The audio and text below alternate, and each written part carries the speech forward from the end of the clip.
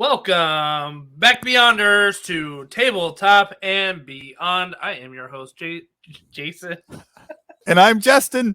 Hey! Hey. Dang it. I read your name just as I was saying my own. It's Mix'em Match 'em Up Day today. Yay! Welcome to the show, everybody. We are going to talk today about how to make D&D great again. It's a conversation that has kind of come up. We've been playing D&D, and we've been playing a lot of other RPG systems, and D&D is a classic, right? Like, there's a lot of great things about it, and I don't know, like, sometimes it just feels like it's lost its love and feeling, and bring back that love and feeling. That's what we're going to talk about today. How do we bring back that love and feeling of D&D? So we're excited to have you all with us today. We're excited for you to join this journey with us. And we're going to kick it off with Geek Week. Jason, how's your Geek Week, buddy? Yeah, good. So first off, let me share my screen here, actually. I'm going to ask for permission here. No. So I've been testing my skills at 3D rendering here, which is fun, right? So Blender is a free tool. So when you're ready, there we go. Yep. So I followed Blender Guru's donut tutorial. So he updated it probably about maybe in between 4 and 6 months for a Blender 4.0. So I've always kind of doinked around with Blender here and there over the years just to do fun stuff. And I said, I want to make something that looks way more realistic than just these kind of like polygony dinosaurs and stuff. And so I followed this tutorial to really understand like lighting and everything. So, we went through the process of making these donuts from scratch, just from an individual polygon, putting materials on them, and eventually rendering them. So I had a lot of fun. And obviously this is not actually the render. This is like if you could believe it, this is a lower resolution than the final image that gets produced. But man, I mean, you learn so much about like lighting and stylistic setting. Interesting, like this all thing, like you make a virtual light box. Okay. For your scene. Like you see my little camera there? Yeah. So you get your camera set up, you get kind of the thing you want, you get your backdrop, and then you make this light box, and then Blender actually emulates the sun. Like the sun is right there. You see it? Oh, that's cool. Okay. And so that sun is coming through this box. Through the window there. Yeah, so you kind of set the window based on how you want the light. And then this wall right here is made specifically to absorb it so you don't get the bounce reflection. And then you put all sorts of like additional like light sources. Like there's a light source right there that's giving a little light from that angle.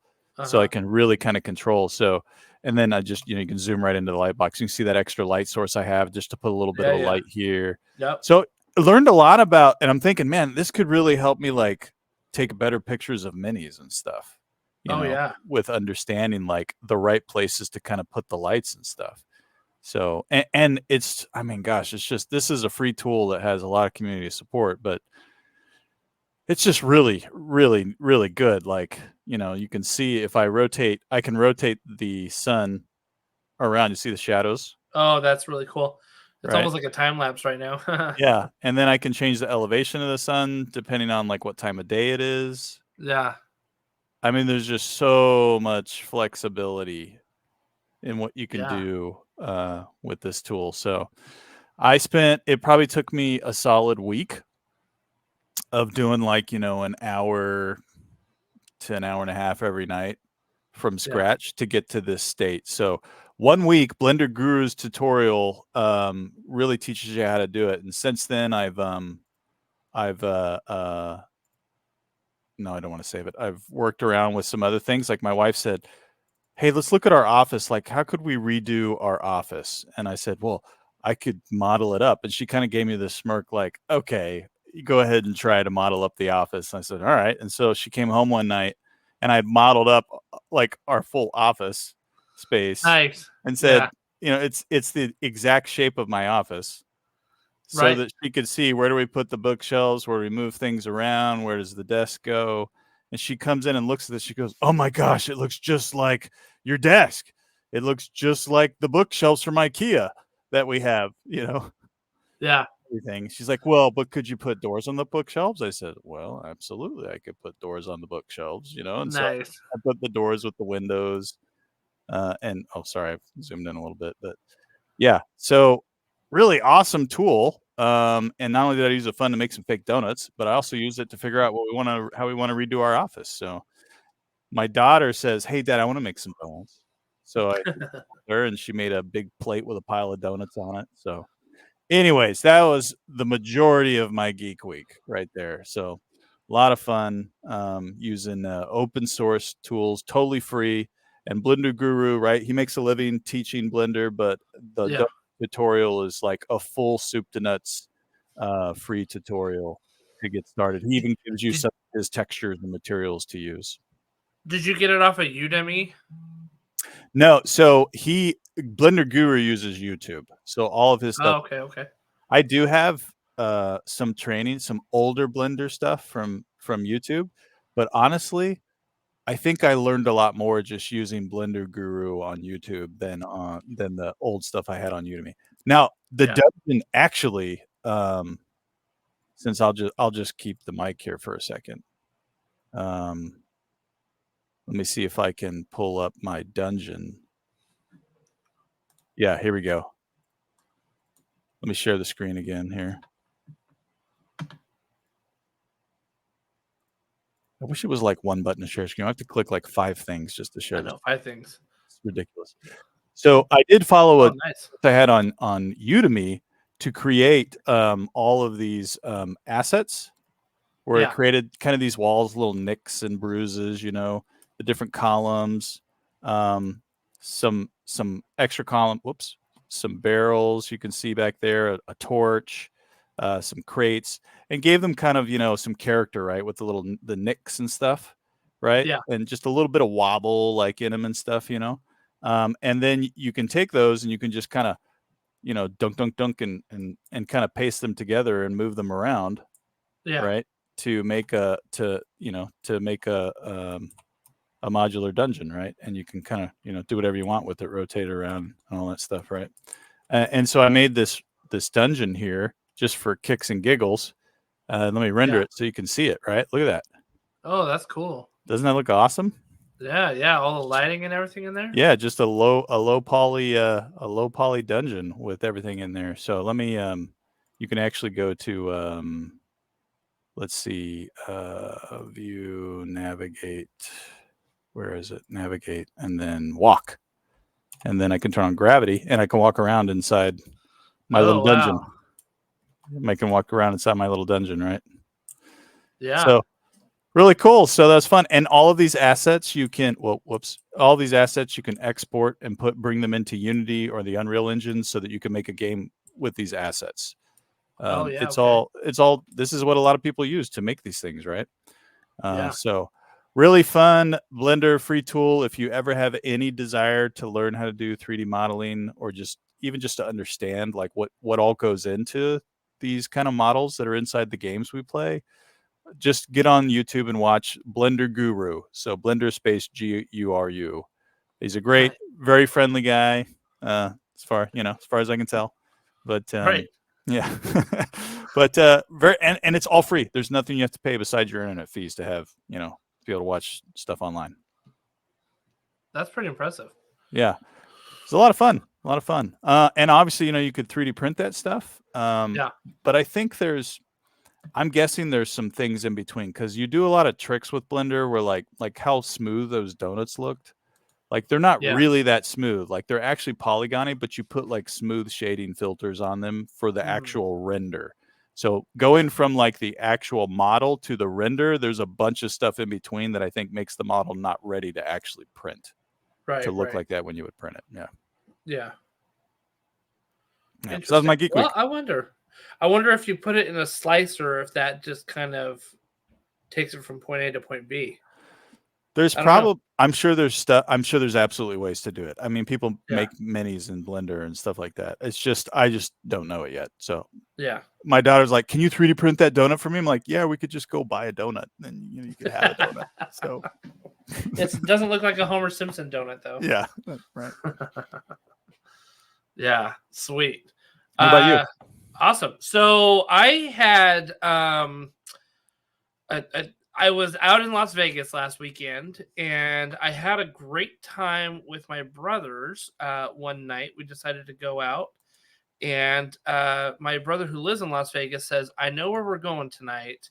We're going to the Pinball Hall of Fame Museum." Nice. So I pull it up our Discord here. So hey, listen, if you're not in our Discord, follow the link below. Jump in it with us. We talk about all sorts of stuff. We talk about Warcry, obviously. We talk about RPGs. We talk about, board games, all sorts of stuff. And sometimes we get to talk about cool things that we do, like going to the Las Vegas Pinball Hall of Fame, right? So this is right off of the Strip, pretty much. I mean, well, maybe not right off the Strip, but it's like downtown Las Vegas, pretty much. And, there's the Hall of Fame sign. There's like, just a giant pinball. It's like a giant warehouse, right? Yeah. That's there. And I've heard about this place too. You can see in this picture that it's just like rows and rows and rows of pinball and arcade games. And what's cool about some of them, let me see if I can pull up an old one that I played. The Terminator 2. Dr. No one. So that doesn't show it. Like, so some of them I noticed they had like this. Okay, so I played this Royal Rumble pinball game, right? And what's cool is you can see down here at the bottom these little like tan cards right here, and it gives a history of the pinball machine, like when it was created, who made it, like where this one was acquired from, and not every machine, but a lot of the older ones, especially that are kind of part of the Hall of Fame Museum. That were, I think some of these were donated as well and kind of refurbished, so you could play on them. So it's a ton of fun. And here's the best part: there's no entry fee to go in there. All you do is you just take your $10 bill or $20 bill or whatever you want to do, and you just feed the machine with quarters and you go play. I mean, like, you don't have to pay a cover charge essentially to go in there. So we had a great time. Let's see. Let me show you some of the games I played. I played The Mandalorian, Star Wars one. This was a newer one. And what's crazy about this is, like, you would play this game, and there's like a whole movie happening on the screen right there. Yeah. And I'm going to be honest with you, I sucked at this game because the movie was going on, and I'm trying to do the flippers. It's distracting you. And I'm just, like, so distracted. And I'm like, it's telling me to do a mission, and I don't know what the mission is. And all of a sudden, next thing I know, like, the ball's just going in the wrong spots. And so I was like, I did terrible on, like, the newer games, but it was fun to play, right? Yeah. Like, I had a good time. That looks like it's a Stern pinball machine. Sternpinball.com. They're like probably the premier modern pinball maker today. Oh, interesting. Okay. Yeah, but they've got amazing pinball machines. In fact, if you pull up that Mandalorian one again. Yeah, the ones on either side, I think, are also Stern pinballs, because look at the speaker, the way the speaker and the display are set up. That looks a lot like. But their pinball machines are like $8,000 to $12,000. Yeah, I would not be surprised. Yeah, because the ball on this was like super smooth. I mean, like couldn't even hear it rolling. No, and like sometimes, like on some of these older ones, I'll show you some of the older ones. Like you could feel it rolling. Like, you know what I mean? And it's going through here, and it's like flying through there. And I'm like having a hard time keeping up with like how fast it's going and all that stuff. It's just super smooth, right? Contrast that with the Terminator 2 pinball machine. This one's seen some love, right? And I mean, like, this was a little old school. I tended to do a lot better on the old school ones. Maybe because the balls weren't moving as fast, and there wasn't like as many flashy lights going on. Right. But had a good time doing it. My favorite one that I played, and by the way, they had a whole bunch of different like arcade games. Like I played Punch Out a few times. You know, like I love Punch Out, right? Yeah. So like that was a great time. Yeah. I And love Punch Out, man. I know it's so good. And my favorite one that I played was this Dr. No one, believe it or not. Yep. It was like I just had so much fun. Like you're like trying to capture villains, you're trying to like, you know, unlock Q that gave you like rockets and stuff like that, and like those gave you bonus balls. And there was one point I had 4 balls bouncing around in there. And I'm like, I oh love my multi-ball. Yeah. I'm just like, what am I doing? I'm just hitting the flippers like crazy, you know. Yeah. So it was pretty wild. But this Dr. No one was maybe my favorite. I had a great time. So that just so you know, that has 4 editions. The version you played was the Pro edition. Oh, interesting. There's a premium, a limited, and then the 60th anniversary limited edition. Wow. The version that you played, I'm looking on Stern Pinball, so is MSRP $7,000. Wow. Okay. The limited edition is MSRP $13,000. And Holy the cow. 60th anniversary limited edition doesn't have a price on the page. So it's like call for price. Right. Right. It's the chef special. Yeah. Yeah. You know? But yeah, no, if you are jonesing for a pinball machine in your house and you've got the money, Stern Pinball is the way to go nowadays. Yeah. But if you're not, you can get a used pinball machine like on Craigslist, you know, or whatever, for probably on the order of around like $2,000 to $2,500, $2,000 to $2,500. But this is why I have a digital pinball machine in my basement. Right. Yeah. Yeah. and that was a good $600. But $600 is cheaper than 8,000. Yeah. Yeah. 7,000. Yeah. But not as fun.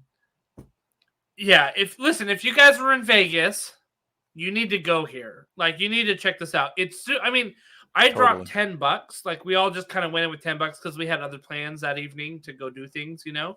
But we dropped $10 in there, and I think I spent probably 2 hours playing. You know what I mean? Like most of the games were 50 cents. There were some that were $1. You know, like the newer ones were like the Mandalorian one was $1, but most of them were 50 cents. Some of them were even 25 cents. You know, we played the Super Nintendo version of Teenage Mutant Ninja Turtles. Yep, Turtles in Time. Kind of like, yeah. So we had a great time with that, and it was 4 players, and my brothers are all shaped the same way that I am. So we were like packed in there, like trying to like hit the buttons. Good stuff. It was good. It was a great time. So yeah, that was like one of my main Geek Week things. I had a great time there, and again, I recommend if you're ever in Vegas, like, and you're looking for something to do that doesn't cost a lot of money, like craps tables and things like that, go to the Pinball Hall of Fame. It's awesome. It's a lot of fun. And there's like a ton of restaurants like right around there too that are really great as well. So that aren't like strip pricing. You know what I mean? So a lot of fun right there. So yeah, that was kind of my Geek Week. I got some other stuff, but I think we need to move on. So yeah, good stuff. But yeah, I had a great time with it. Awesome. All right. Well, Dan's not here to give us our customary news intro, but we do have news today. We do. Yeah, we got a bunch of news actually, the stuff that has come out, and we want to share it with you. We'll start with Free League Press right now. Never one to sit on their laurels. Free League Press has announced a couple of things that are coming out. One, this is coming up. So this is Coriolis, the Great Dark RPG, Explorer Lost Horizons. So I have the Kickstarter page up because they are going to be announcing this on Kickstarter. I mean, they've announced it, but they're going to be dropping it here in a little bit. Is it March 19th when it kicks? I think it's March 19th. Yes, yep. Exactly. Mm-hmm. So if you are interested in a sci-fi setting that is put on by Free League Press, get notified on Kickstarter for this. This is really interesting. So I want to read a little bit of their blurb just to kind of like give you a sense of what this is. Free League Publishing is proud to announce Coriolis, the Great Dark, a brand new science fiction role-playing game about exploration, mysteries, and intrigue at the far edge of space. venture out into the unknown on mighty great ships, delve into deep ancient ruins, and partake in the Byzantine schemes of powerful guilds. So it's inspired by 19th century polar expeditions, deep sea diving, and pulp archaeology. So kind of in a sci-fi setting. So when I read that, Jason, I kind of feel like it gives me a oh my gosh, I just forgot the name of the game. What's the name with the Big Daddy? Oh, not Bioshock. Yeah, Bioshock. Bioshock. It gives me like a Bioshock feel, but in space. You know what I mean? Kind of like where you're sort of isolated, but you've got these like kind of and it's got a very grim, darky feel about it. It's not like Star Trek happy, everybody's happy, space feel. It's got kind of a, but it's not quite as like war laden as maybe a 40K RPG. Yeah, you know like what I mean? Rogue Trader was. Yeah. So, I think that's going to be what's curious about it is how much is it just like the vastness of space and having exploration and adventures with the guilds, or are there large scale threats that are happening, or is it really just pocketed stuff out in the great vastness of space, right? Because at the end of the day, like, space is big, right? It's really big. So understand, if you get to interstellar travel, then you can kind of shrink the feeling of that. But at the end of the day, space is still extremely big. So yeah, kind of. It's a little vast. It's just a little. I remember when I played Elite Dangerous. By the way, love that game. It's fond memories. It's kind of its time is kind of gone, but they actually that was a space simulation because they actually modeled the scale of the Milky Way. Yeah. Like fully. And there were people who play that game that were they were playing as explorers. So they were just they created, like they had like fuel harvesters that could harvest fuel from suns, and they were just making their way to the core of the universe. As far out as they could go. Yeah, or to the core of the universe, or whatever. Oh, yeah, that's right. So but yeah, I mean, and they've been playing the game for and this guy's like, my travels over the last 30 days of real time. Yeah. It was like 30 days of every night playing Elite Dangerous and just flying out into the middle of nowhere. Yeah, right? You're just going straight until you run out of fuel, and picking up more fuel, and then going again. And there's just empty systems with rocks and planetary bodies that could be sorry, my camera's going whack, but bodies is like that. That game really gave you the sense of the vastness of space. Totally. And the majority of the players that all played Eve played in this tiny little pocket in the galaxy. Or not Eve, but Elite Dangerous. Eve is another one that's kind of like that. But yeah. Tiny little pocket, depending on the faction you started, and you pretty much stayed there, right? Yep. So so I'm curious about Coriolis. Now, what's interesting is that this is a standalone game. It's not an expansion of the current Coriolis that's out there. So, I mean, think of this as like maybe a next edition, even though they're not calling it a second edition or anything like that, but it's a separate game. I mean, I guess it's almost like, how like Warhammer 40K RPGs have like Wrath and Glory and Rogue Trader, and like they all exist in the same universe, but they're different games because they're focused on different things. Yeah. So I think that's probably a better analogy than like a new edition, like a D&D 4th edition to 5th edition or something like that. So so check it out. Coming out March 19th. If you're interested, pick it up. All right. So the other thing is that Free League does this, right? They have a system that it uses the Year Zero engine. For example, the One Ring uses the Year Zero engine, but then they have the 5th edition version of that, which they call the Lord of the Rings role-playing game, right? So it's almost like they're two separate things. So Free League has a system called Symbaroum, that uses the Year Zero engine, but then they also have a system called Ruins of Symbaroum, and that is a 5th edition version of it. I'm not exactly sure if it takes place after like what happens in the Symbaroum vision, like if they're kind of different times or settings. But they just announced some expansions for 5th edition rules. So they've got the World of Symbaroum, which is a kind of a settings book, and then they have the Throne of Thorns 1, which has some campaigns in it. So, I'm going to be honest. I heard some people talking about Symbaroum, and it sounds like a really compelling setting. It's kind of like a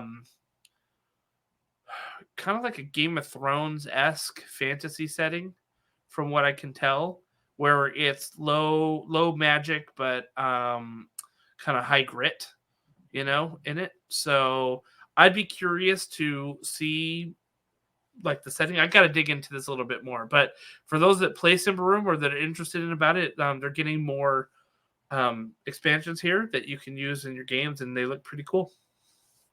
So check it out. Let's see. Yeah, that's what I got for Free League. What else do we have up on the thing? Okay, Call of Cthulhu. Okay, so one thing that just came out, like literally just came out, is this new book called Call of Cthulhu Arkham. And this is one of their babies. I haven't seen them do a full court media press for something like this in a long time, right? Chaosium. Maybe the mansions, Chaosium, like maybe the Mansions of Madness that they had that was like a really big kind of adventure book. But this one's big because this is all about the lore of Arkham, and I mean, for those who know H.P. Lovecraft, I mean, Arkham is like the central place of pretty much all H.P. Lovecraft stories. I mean, you have it elsewhere, but like this is like ground zero for all of his horror stories, right? And so what's cool is this is a sandbox setting, so it gives you like 290 locations across like 9 neighborhoods that you can kind of build your story in Arkham. And they're like pretty detailed. You can you've got like gossip and rumors to use the scenario seeds in there. You've got like a whole bunch of 80 NPCs, so you're not being like, what's his name? His name is Jeff. Yeah. Saul. Right, exactly. Yeah. So you've got a lot of stuff to build from this, right? You've got like some like game aids that it comes with, like a poster-sized map of Arkham that you can kind of lay out and people can go through. They've got like little like newspaper clippings and things that you can use, which is kind of cool. And then it's like the definitive guide to Arkham. So like it's just chock full of lore, right? Like it's not just like it's like setting and lore, and it gets into like the Miskatonic University. It gets into all this stuff. Good bedtime reading right before you fall asleep. I made that mistake a few times. Next thing, the gods of the deep are calling to me in my dream. Yeah. So yeah, but anyway, it's awesome. There's the hardcover book goes for $59.99. You can get the PDF, but for a book like this, I would argue you should probably go hardcover. This is something that you keep on your shelf and you reference a lot, and the art in it is going to be amazing and great. So check that out.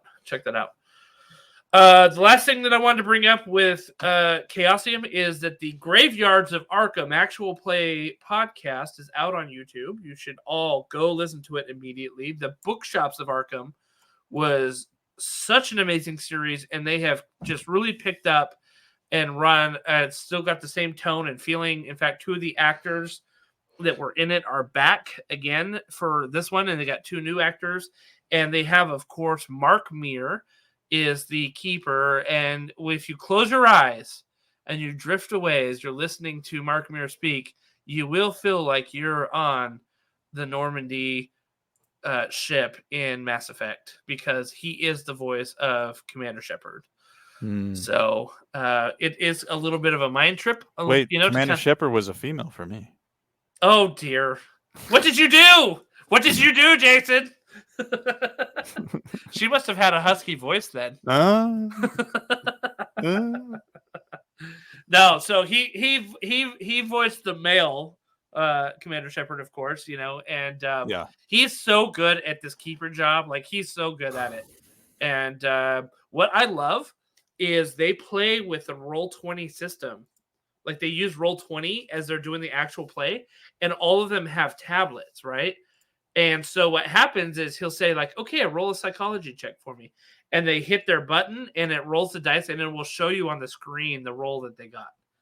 Do you know what I mean? So you can see if they passed or failed and stuff like that. And it's really, I think it's super well done. It really sucks you in. They have these guest people that come on as NPCs and are acting things out. And I'm going to be the first to admit I'm not like the biggest fan of Critical Role. I sometimes have a hard time getting into it, but I've not had that problem with great bookshops of Arkham, and then now the Graveyards of Arkham. Like they're just cool.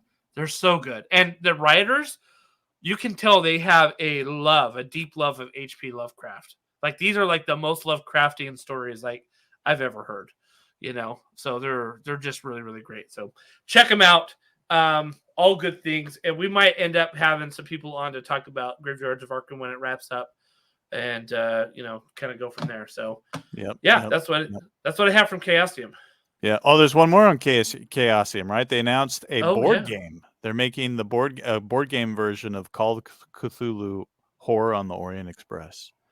So this was originally like a 1990s RPG setting or arc for Call of Cthulhu. It's funny you mentioned that because it's funny. Do I have here? But I have. Oh shoot. Oh, okay. All right. We can see it. Hold it in front of my chest. Yeah. All right. So that's their this reprint. Is what it is, dude. Oh, they gave you the original with it as well, huh? No, Jason. It's a 2-volume RPG. Oh. The whole RPG are these 2 books. So are you familiar with the Orient Express? Oh yeah. Right? Like it goes from like it goes from like London to Constantinople back in the day, right?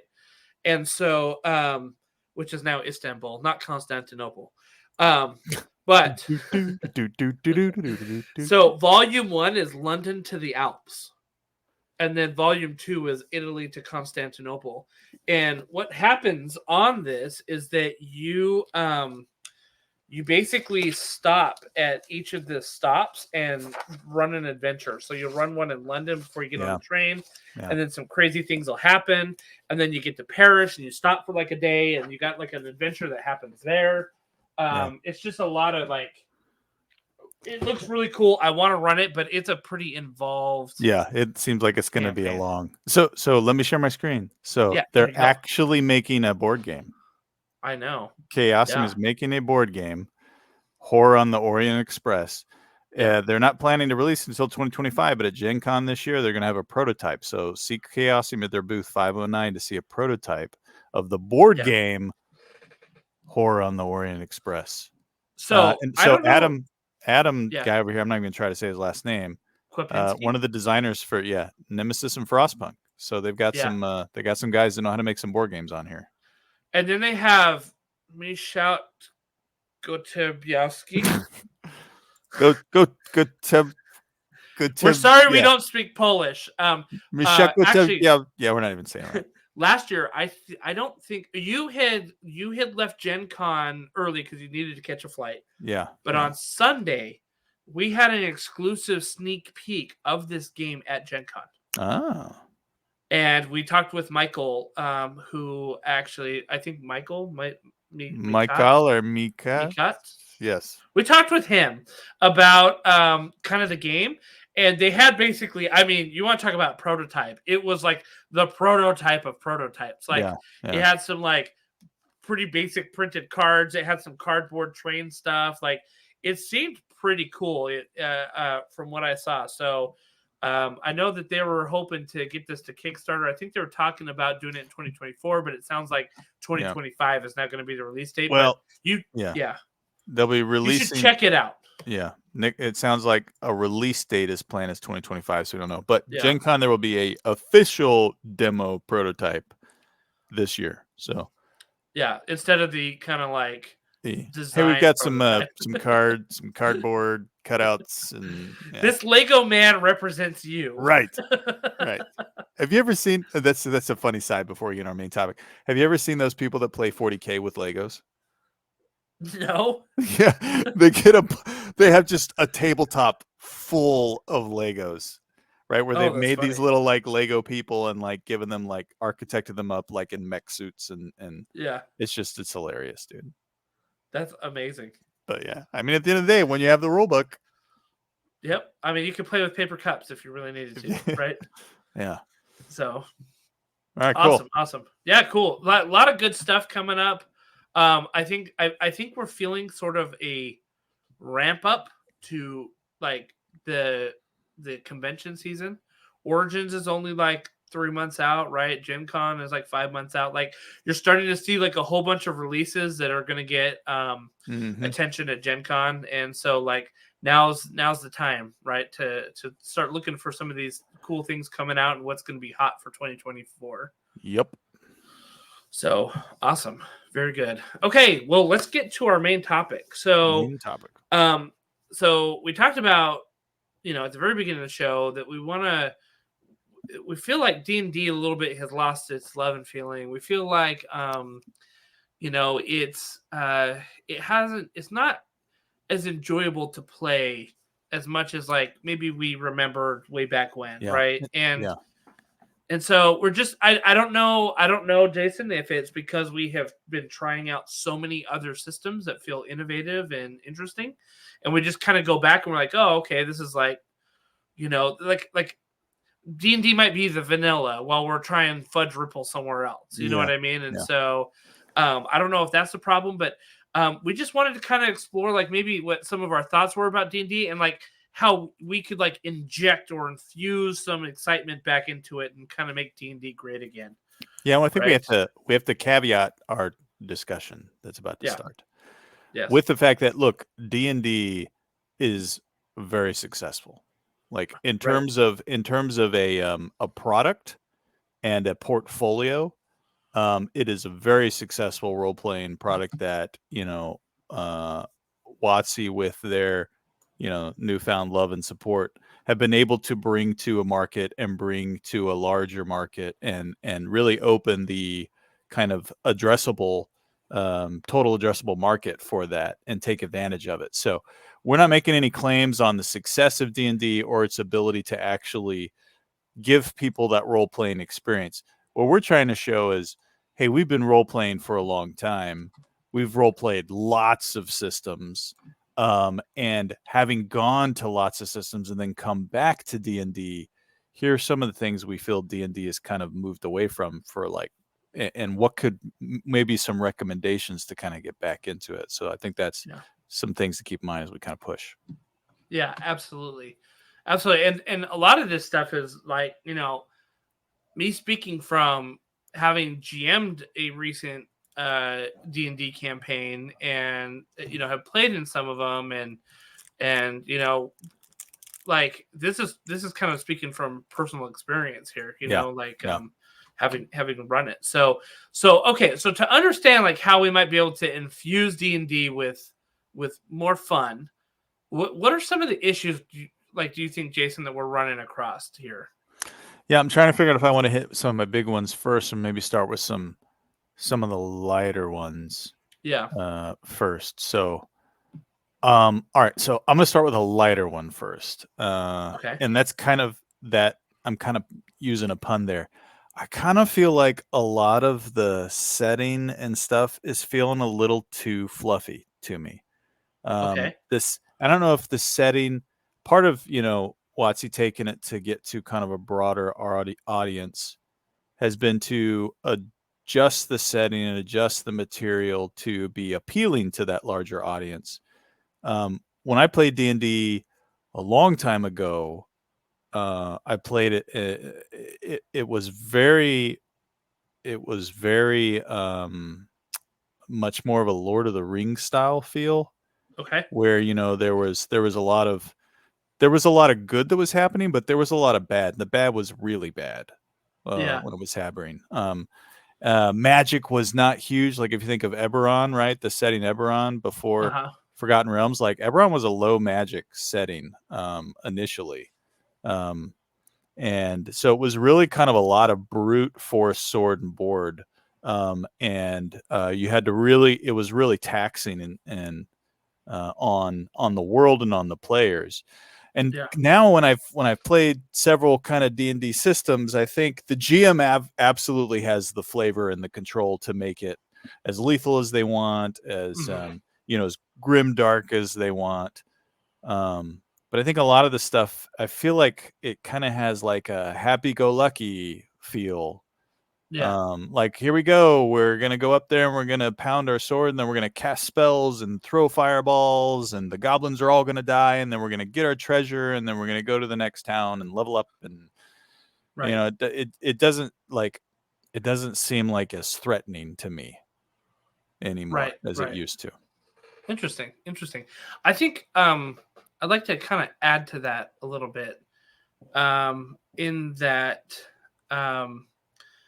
I think that one of the issues that comes with that are players' expectations that because of the familiarity of the setting, so if I'm a new player, I mean, think of this, like if I were a wizard, a brand new wizard, I just got my new hat and everything, and I've got my spell book, and I'm walking along and I have like 8 health points because I'm a brand new wizard.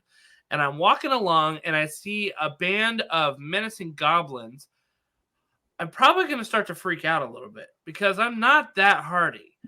But the players don't feel that way. The players are like, okay, here we go. Yeah. Like, just kill them and then we level up. Ding, ding, ding, ding, ding, ding. It's almost like a Vegas slot machine a little bit. Do you know what I mean?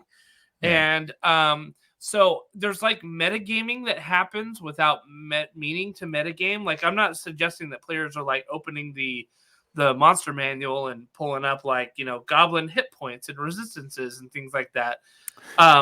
Yeah, they are.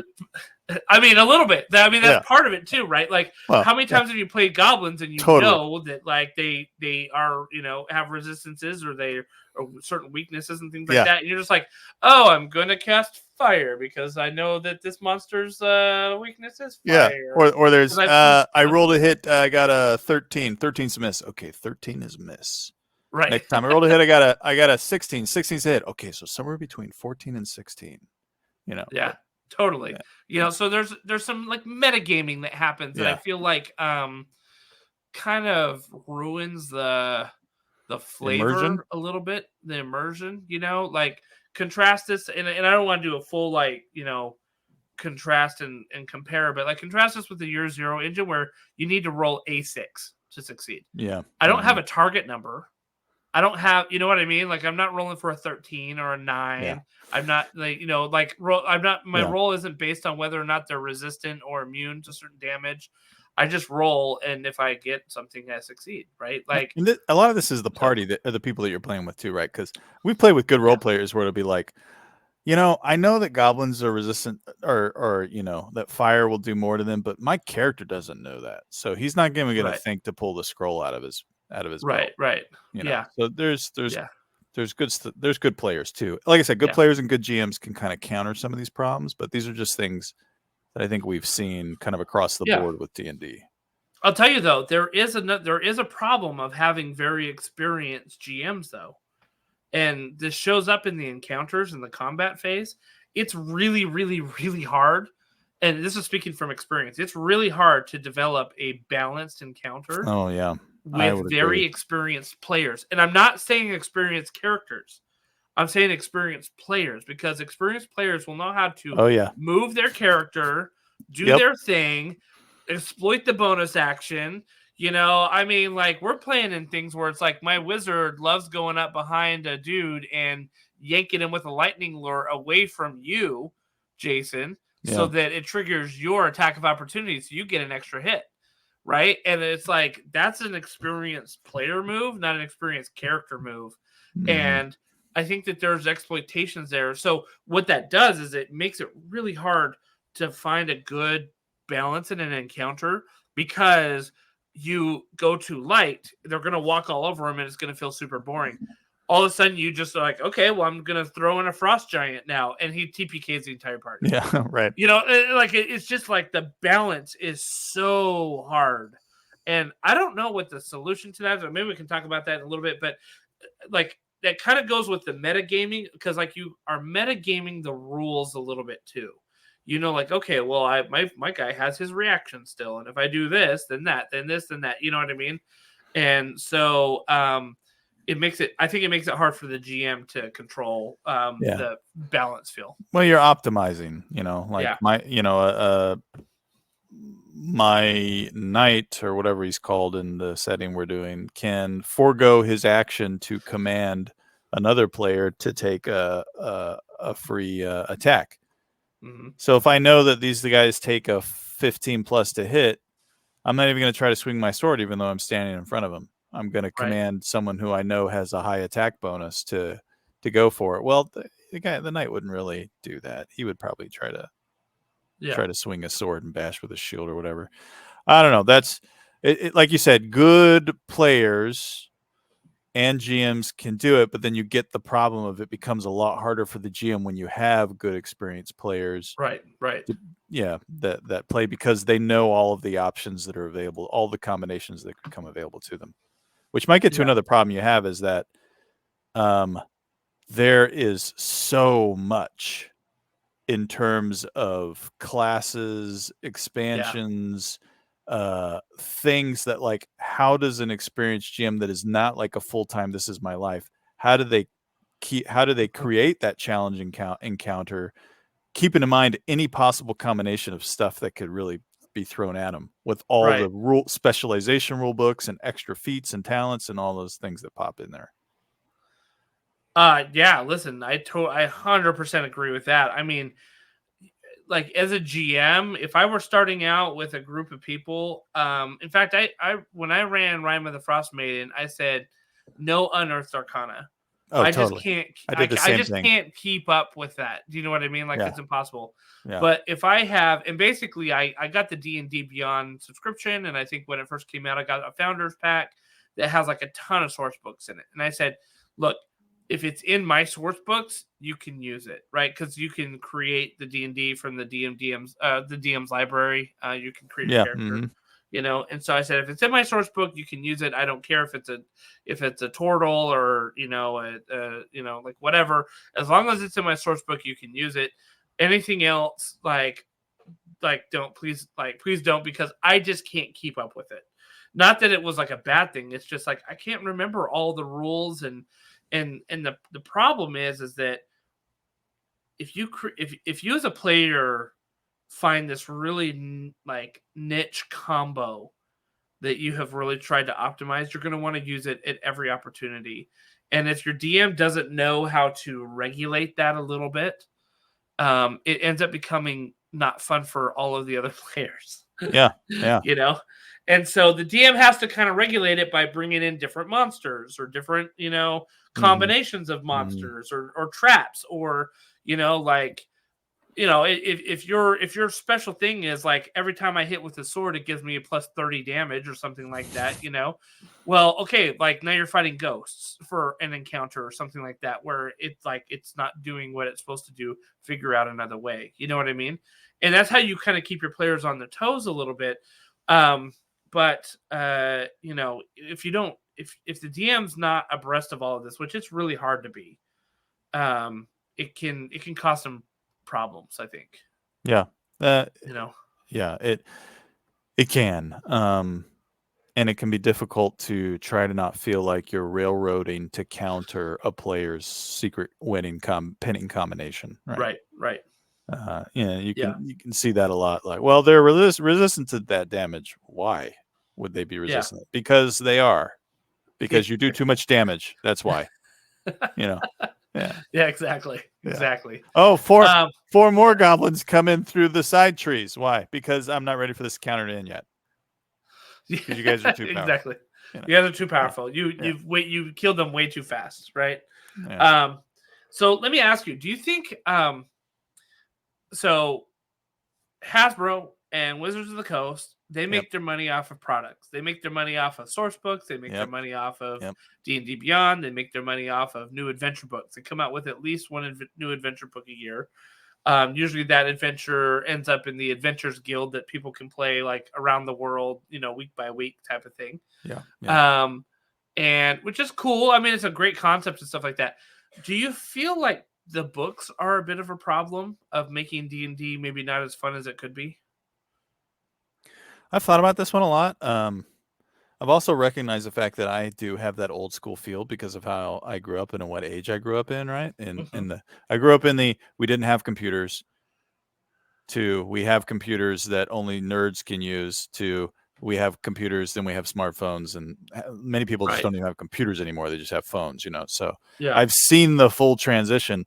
So in fact, I have even though we play through D&D Beyond, I have my player's handbook, my hardback handbook here because I like to have it open because I just love the feeling of looking through there. I think D&D Beyond has actually solving this problem a little bit of all the books because it kind of compiles everything together into one accessible place, right? That's true. It doesn't make it as unaccessible. A DM can look up really quickly. Anyone can look up really quickly. But I think the point that you're getting at is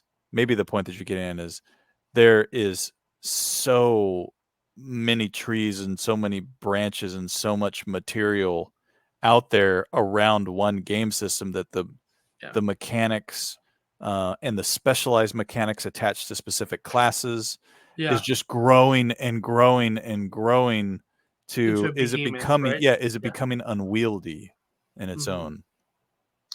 Well, there's that 100%. I'm asking about that a little bit. Like, are the source books becoming a little unwieldy, right? Like, you've got kind of the Candlekeep Mysteries that came up with new classes and new abilities and new spells and stuff like that, right? There's that. Are the adventure books part of the problem? Right? Are they too railroady? Do they not balance the encounters well enough? Do they have too many encounters like that are back to back? Like, are they less roleplay focused? Are they less roleplay focused and more combat focused? Like, I mean, do you think the adventure books are a bit of the problem? And like what do you think? I think that I feel that all role-playing games, what separates them from just playing a digital role-playing game, is that there should be freedom in story to tweak and test the story so that you're not giving a story, then you're waiting for the players to figure out the story path to get to the last chapter in the book. But you're telling a story and evolving the story with the players. To me, that's what makes a good role-playing experience. When you play out of a book, some books are written as setting books. Right. In that case, I don't consider that what we're talking about here. Sure. What we're talking about is when you buy a book that has an arc, like Rime of the Frost Maiden, or Out of the Abyss, or Dragonlance that we're playing, Dragonlance, the Rise of Tiamat, right? Or Horde of the Dragon Queen, or all of those things. There's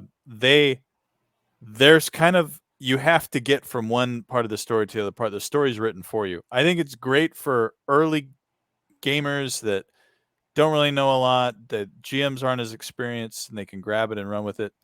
But I think that they're providing a little bit too much of a railroad in the story and not flexibility to have the story evolve on its own and become a thing of itself, which is what is the beauty behind RPGs for me. Like, every time I GM an RPG, I have a general idea of what's going on in the world. Right. And if players could follow that, what's going on in the world, but more than half the time when I GM, almost every time, based on what the players do, the world changes and my story changes. It's always changing when I GM with players. And I've always changing it to make it more epic and more pertinent to the characters themselves versus the story for the sake of the world. It's the story for the sake of the experience of the players. Yeah. And I wonder if you lose the ability to do that with these books. Well, I feel like some books not all books are created equal. Let me put it that way, right?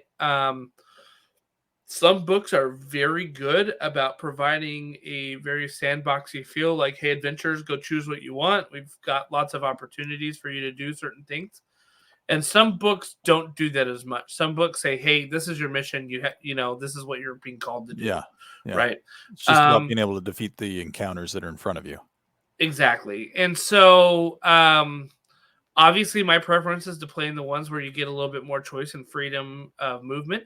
I do have to say this, and this is an important distinction. Like, an adventure book needs an ending. Do you know what I mean? Like, it needs an ending. Like that book can't be an infinite book forever and ever and ever. It's got to have a finite amount of pages. So that book has to have an ending.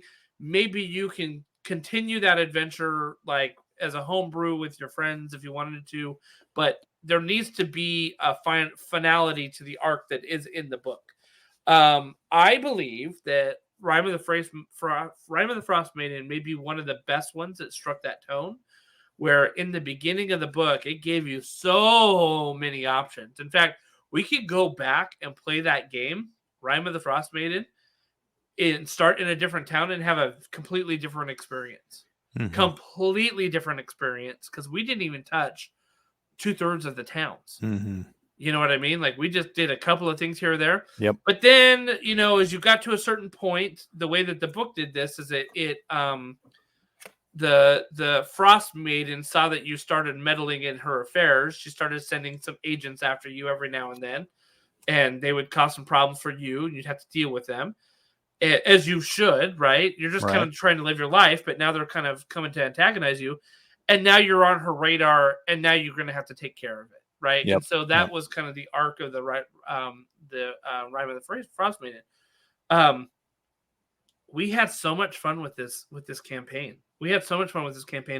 And I think because it did exactly what you talked about, it gave you guys the freedom to do what you want. At one point, you guys took over, and it said this in the book, actually. It said, hey, there's a derelict inn that is here, and the mayor can offer it as payment for doing something for them if they want it. And that's where you got the White Moose Inn. And that was like your driver for like half the game was to like go get that thing profitable. Things. Yeah, make it profitable, right? Like go do some things to like make it profitable and get it going. And like it was hilarious because like you guys ended up finding an elf mummy that was forever like indebted to you. So you ended up putting him in your basement, watching your he guarded our wares. Exactly, and I mean, like you had Johan, who was like an NPC, and you're like paying him to manage the inn and all this stuff. And we had a great time, like adding that in there. And again, like that was something that kind of was a hook in the book that they left in there, and I thought that was very well done because it gave you guys something to do as you went along. There was another instance where one of the players' secrets, Lincoln, his secret was that he had a love, like a long lost love somewhere in 10 towns, right? And that he could tell me who it was at any time. And we went up into this dwarven castle because they were causing some problems. You heard that they were like threatening the town, and they had tried to kill you guys a couple of times. So you're like, okay, this aggression will not stand, man. Right? So you guys decided to go up there. And sure enough, like one of the boss ladies in there, you guys burst into her chamber where she was eating. And Lincoln's like, that's her. She's my long lost love. You know what I mean? And also like, okay, let's do this. All right, let's do it. Let's do it.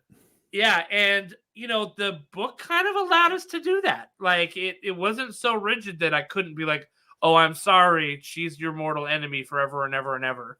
The book let us be like, okay, well, let's do this, and we'll just kind of play it off because there's other dwarves that still hate them, even though they have this, romantic tryst. So, I think some books do it better than others. So it kind of sounds like books as themselves may not be the problem, but maybe there's just a lot of books out there that don't follow kind of the pattern of Rime of the Frost Maiden. Yeah, I think if you were a DM and you're like, you know what, I think I want to run the Tombs of Annihilation, or I want to, run the what was it, the Storm Giants one that they had out there. I think you need to read through the book fully and be like, is this the kind of campaign that I want to run? You know what I mean? Is this like, does it feel too railroady? And maybe it's like 80% totally good and 20% too railroady for you. And maybe you can like work to kind of fix those areas a little bit, just kind of adjust them if you need to. You got to just decide what you want out of an RPG. Do you just want a dungeon crawler, or do you want like a story experience? Yep. Yeah. And that's a positive thing for it, is that it has the flexibility just to be a straight raw dungeon crawler if that's all you want. I mean, D&D started out that way, didn't it? To a degree, yeah. Wasn't it just? I mean, like a lot of the TSR stuff was all like. Yeah, well, Tombs of Annihilation is an example, because that's just a reprint of a lot of old dungeon crawling scenarios. Yeah. So, and same with the Yawning Portal, right? Like that was another one. So I don't. Maybe books really aren't the problem. Maybe it's just that the exposure that the mainstream provides. Maybe it's not focused enough. Maybe it's not focused enough on kind of that open world evolution with loosely connected things to a larger story arc. Maybe that's one of our recommendations, is that's a good way to actually play D&D if you're going to do a story arc. But let me ask you this. Have you played some very linear, railroady RPGs and had a great time doing it? Sure. Yeah, like why? Like how? How did you have a great time doing it? Well, an example is a lot of Chaosium intro Call of Cthulhu's on the pirate ship. Yes.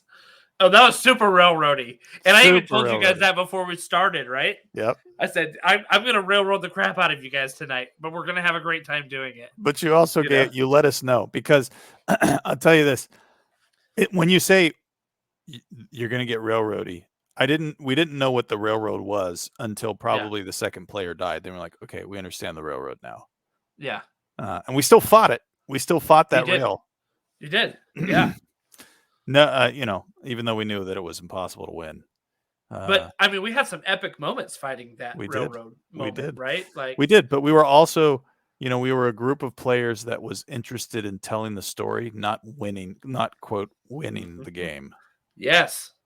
So I think this is where I'm kind of going with the point here is do you think that sometimes playing D&D we're not telling enough of the story? Yeah, absolutely.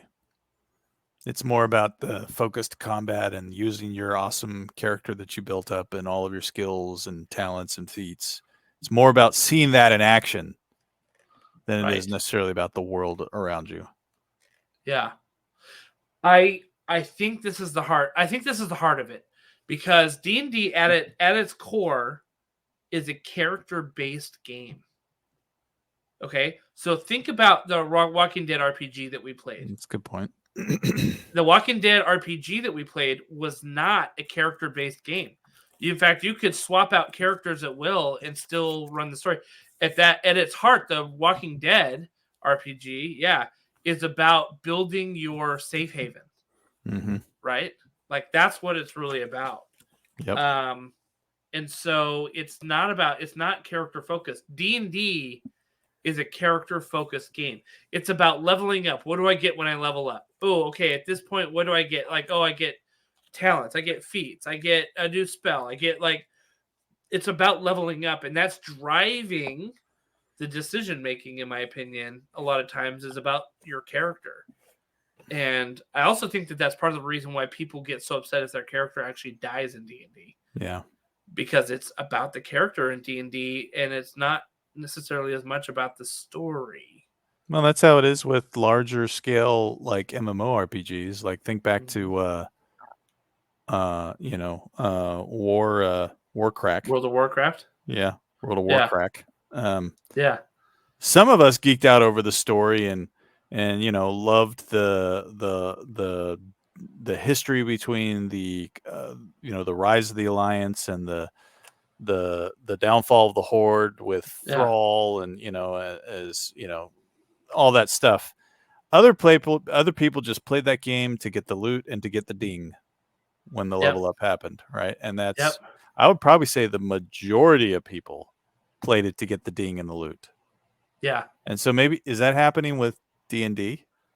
I think it is. I think the ding is a big part of the D&D culture, right? Leveling that up. And I think that's also why No, I mean, I'm going to ignore the fact that I feel like D&D breaks down after about level 12, in terms of like, balance in the game and that kind of stuff. High level campaigns are notoriously hard because you have like ridiculous stuff. But I also think that that's why people finish an adventure book and be like, okay, when can I start my new character? I've already got ideas for it. Mm-hmm. I've already got ideas for my new guy. I want to play a rogue that does this. I want to play a halfling that does that. I want to play, you know what I mean? Like, and once again, we're not saying this is bad. Like, people have fun with this. It's great because that's what they want. We're just acknowledging the fact that if that's what you want out of an RPG, then it can float your boat.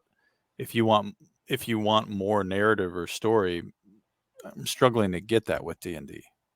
Yeah, definitely. So, what are some ways that we can do this? So, one, less character focused, in my opinion. Okay, and one of the things that we did very clearly in Rime of the Frost Mating is we moved it to milestone based leveling up, and we've talked about this on previous podcasts, the advantages of different leveling up methods. But milestone based is great because what that does is, instead of incentivizing going out and killing a bunch of goblins, the incentivization is resolve the situation. Story progression. Yeah, story progression and resolve the situation, right? Mm-hmm. And resolving it may be killing somebody, right? Yeah. But resolving it may also be talking someone off the ledge. Right. Right. No, that's what it's solving the problem in some way. I think all D&D should be milestone based at this point. Yep. I think the only reason you would not play milestone based is if you were just playing a dungeon crawler. Right. And that's not, I wouldn't play it. If I wanted to play dungeon crawler, I would just get online and play Diablo or right, or something exactly like that. But so I think that's one way that can really help is focus on milestone based leveling up, because then your players don't focus on doing things just for the experience.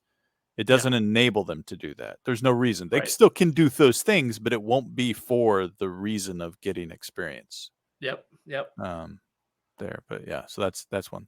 So another thing that we can talk about that I have an issue with, that we could maybe talk about how to recommend to deal with it, is one, because of all of the additional rules and talents and feats and class specific things, I don't even know what to call them half the time, but the like class specific mechanics.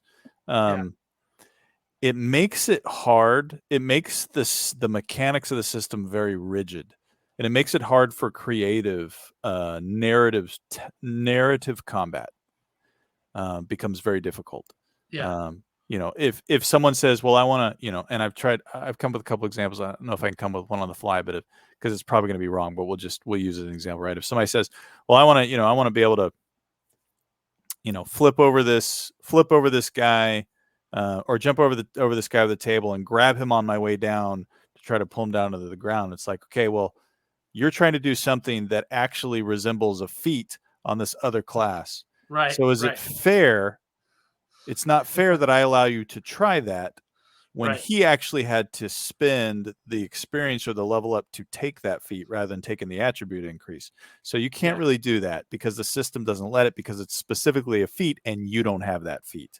Right. So then the player is left to not be able to try to do something that would have narratively been exciting. Try to fix my camera here. Narratively been exciting. And of course, once again, a GM and a player base can tweak that, but the system as it's written doesn't provide for it. Yeah. And as you add more rules and you try to specify what is done in combat and provide mechanics for everything you could possibly do in combat, you limit the creativity of the player. I'll say I have run other systems with brand new RPG players, right?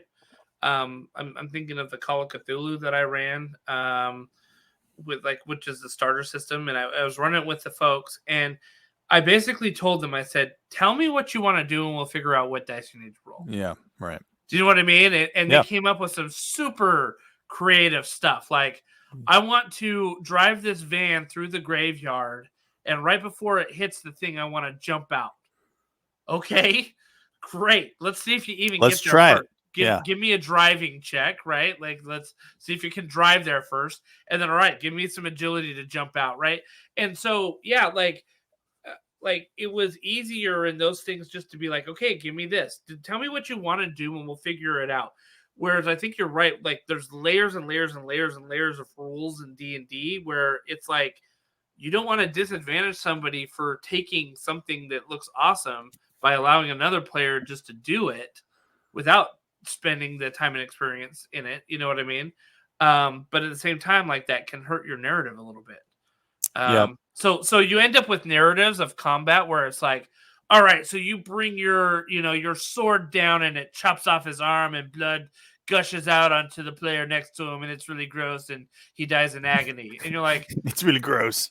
You're like, like, okay. I mean, like, that's cool. And it's awesome. And it felt like Conan, sure, like that's awesome. But like, why not let your player basically describe like what kind of heroic feat that they do? And more importantly, why don't you let your player describe how they ended up failing at that because they didn't make the roll? Yeah, so let me pull on that a minute because you hit an important point. It starts to limit the narrative part of combat to just beautifying the description of what's happening. Okay. Versus tweaking it. And I'll give you an example with Chaosium or with great example is Fantasy Flight's narrative dice. Okay, yeah. Right. Yeah. I want to shoot him. You shoot him, you miss. But you get a what's it called? It's called advantage. An advantage, yep. Or I hit him, but I have a threat. Right. Yeah. So it gives a gradient on the success scale. Whereas in D&D, there's only like there's 3 things that can happen. Yeah. 1, you either just miss, like his AC is a 14 and you got a 12. You miss. Yeah. 2, you can hit, his AC is a 14 and you got a 15. Cool. Yeah. 3, you can crit. You can either crit hit or crit fail, right? So there's the crit category. But that's a 1 in 20. Maybe a 1 in 19 for some classes. Yeah. It's a 1 in 20. It's a very, very, very small window that gives the GM and the players an opportunity to narratively change, have an effect on it. Whereas in a narrative dice system, in free league systems with stress, in the percentile systems that have the 3 levels of success, right? Yep. Extreme, hard. Yep. Yeah, you have way more freedom to tweak the narrative of the encounter based off of a single die roll versus, all right, it takes 15 minutes to go around the players. It's my turn to go in. All right, I'm standing right in front of Scama. I'm going to swing my sword. I swing. You miss. Yeah. Okay, what are you going to do? Spit on him. Yeah, okay. And so, yeah. All right, then that's it. I mean, I missed.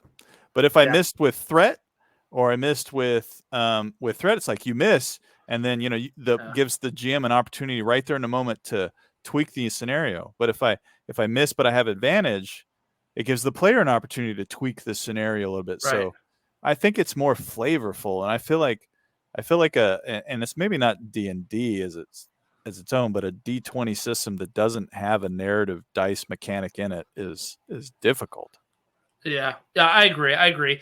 And so what you end up having is you try to make the encounter flavorful, right? So you're like, okay, I run into this dwarven hall with a whole bunch of Angie Dwarden, right?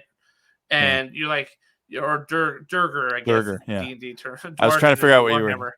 Yeah, okay. Sorry. Dwarden's the Warhammer dwarf. Right. Durger, right? Some angry Durger.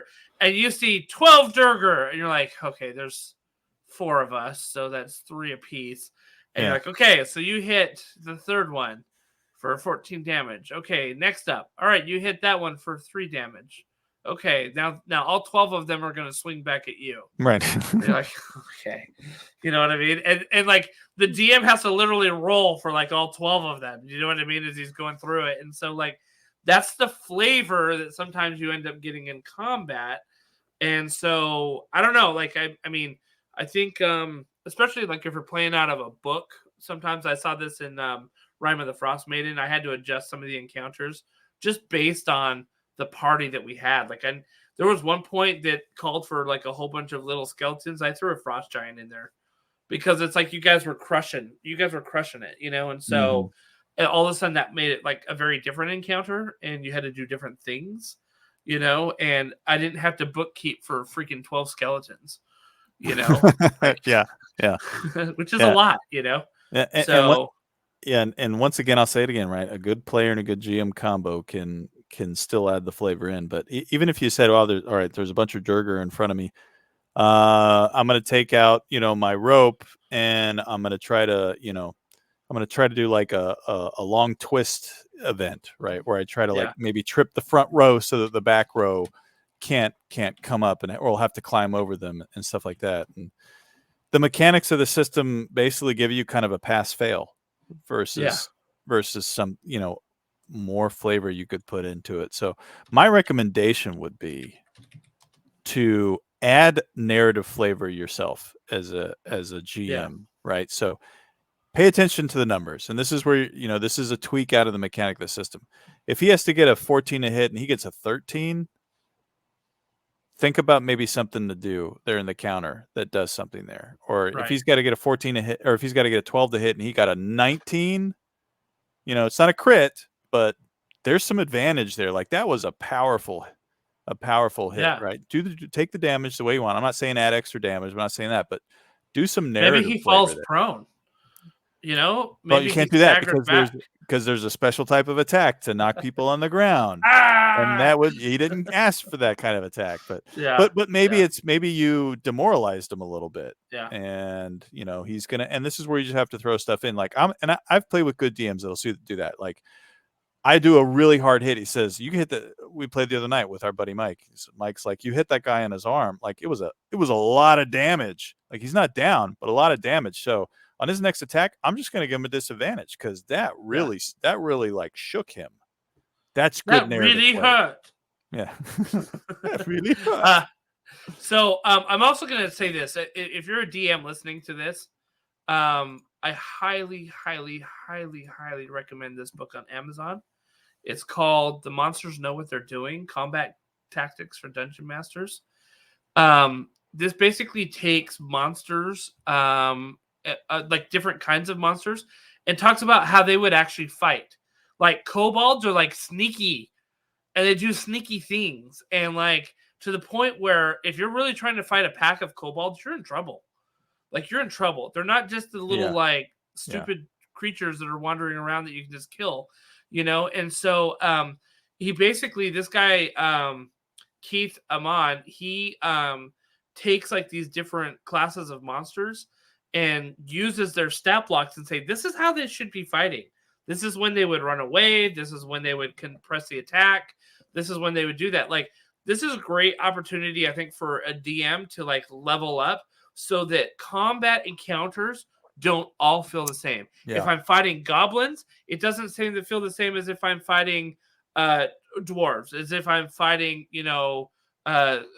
weird mushrooms from the Underdark. Like if your combats are all feeling the same, it's probably because you're not understanding how to use the monsters as well as they could be used. And creatively, like I remember reading a whole thing about this like kobold house of horror that like they the adventurers went into this dungeon looking for loot, and the kobolds had like spear holes and like trap doors and like all sorts of stuff that they would like lure these guys into and then disappear behind a trap door, and then poisonous gas would fill the room. Do you know what I mean? Like all sorts of stuff that just was like get us out of here. We do not want to be here with these people anymore. And it made it like a really significant, interesting adventure. Yeah, that sounds because great. It wasn't just like, oh, you turn the corner and there's 5 of them, roll initiative. So check this book out. I think it's only like $14 on Kindle, so it I think it'd be worth your time to do that. Just to make combat interesting. Combat a lot of times in D&D, and I've played it with multiple different people. I've run it myself.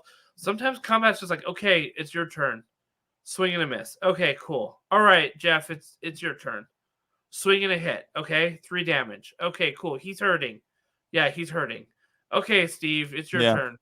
You know what I mean? And it's just like, it just feels like this like I wonder if this is like my Bookkeeping main especially. issue with D&D right now is the combat just feels very like a sludge. Like I am just sludging Yeah. through the mire to get through the combat because like I'm not really afraid I'm going to die.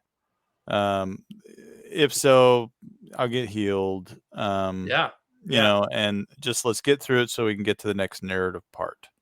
So I don't know, maybe that's really what some of the biggest issues I have with D&D is the focus on character, which is really about developing things that you can use in combat and less so much Yep. developing on social skills that you can use on the role play side of it.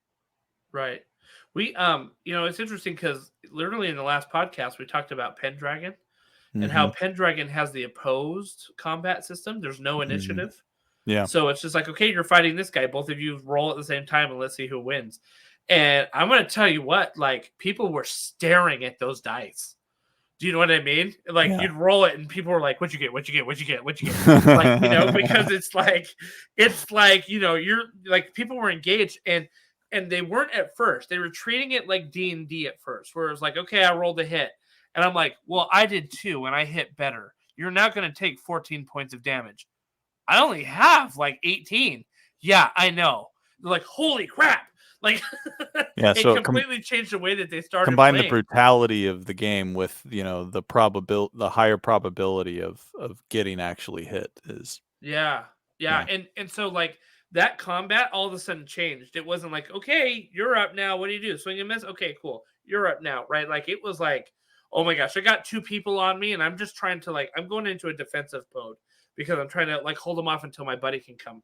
You know what I mean? And like they were like describing what they're doing because like they had to tell me what was happening. They were like literally fighting for their lives. Like our friend Tyler King, he had the fear of God on his face for his character. Like he like blanched. Good. It's like, I'm going to die. I'm going to die. So that made it really, I think, meaningful, and it didn't feel like we're going through like a bookkeeping exercise. Yeah. So Yeah. so kind of interesting. Another way to make D&D better is to once again get back to our earlier thing is really make encounters good and better and balanced, Yeah. which is Yeah. hard. And maybe that's another thing is it's hard to do It's that hard. into It's hard. It's D&D. very hard. It's very hard because like I know early on when I would try to make encounters balanced, I said, well, my spellcasters are the problem because they're throwing fireballs and killing 5 of my dudes at once as they come through the doorway or whatever. Mm-hmm. You know what I mean? Or they're So putting I'm 4 going to... people to sleep.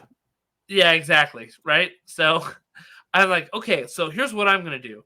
I'm going to send in waves of guys. Okay, this is early on. I'm going to send in waves of guys. I'm going to send in a whole bunch of low-level guys.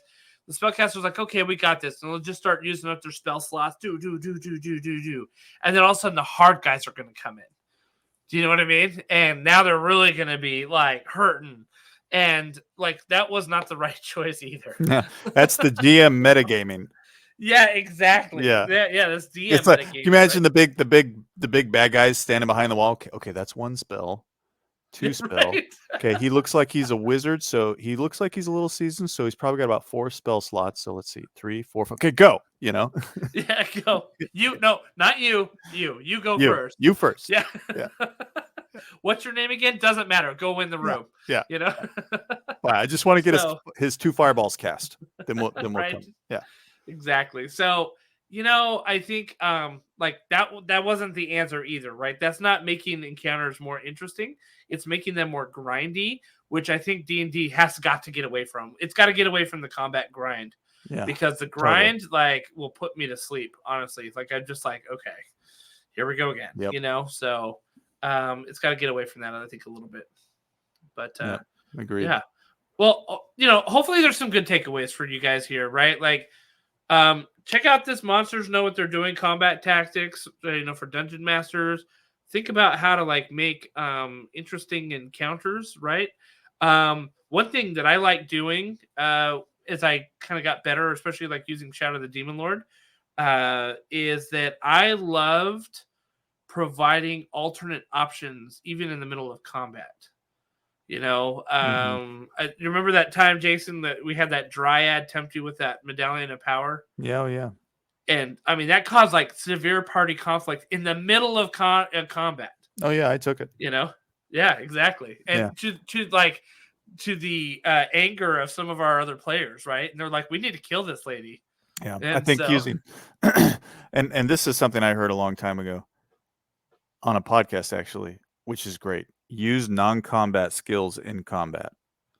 Yeah, Is a really good way to kind of break up the grind. Yeah, but yeah, it takes sure. it takes creativity. Yeah. So so I think combat is kind of the low hanging fruit for D&D, where like I think you can make this is like if you want to start making D&D great again, like relooking at combat. How do we make this a little bit more faster, more enjoyable, more varied, more interesting, narrative focused? Yeah, like that. I think if you do that, it would feel like a very different game, and much more enjoyable game, in my opinion. Agreed. So check that out. And but we'd love to hear from you guys. Like, what do you like? What did we get wrong here? Like, you know, is there something that we said that you absolutely disagree with, or is there something that we said that you totally agree with? Like, we'd love to hear your opinions. Leave them in the comments down below, or jump on our Discord and we can have even a full blown discussion with you about it. Because I'd be interested to hear what you guys think about like D&D and if it does need to be fixed and still be friends. And we can still be friends. That's right. So thank you everybody so much for listening to us tonight. We appreciate your support. We appreciate all the support you give us, and we appreciate those that are in our Discord and interact with us.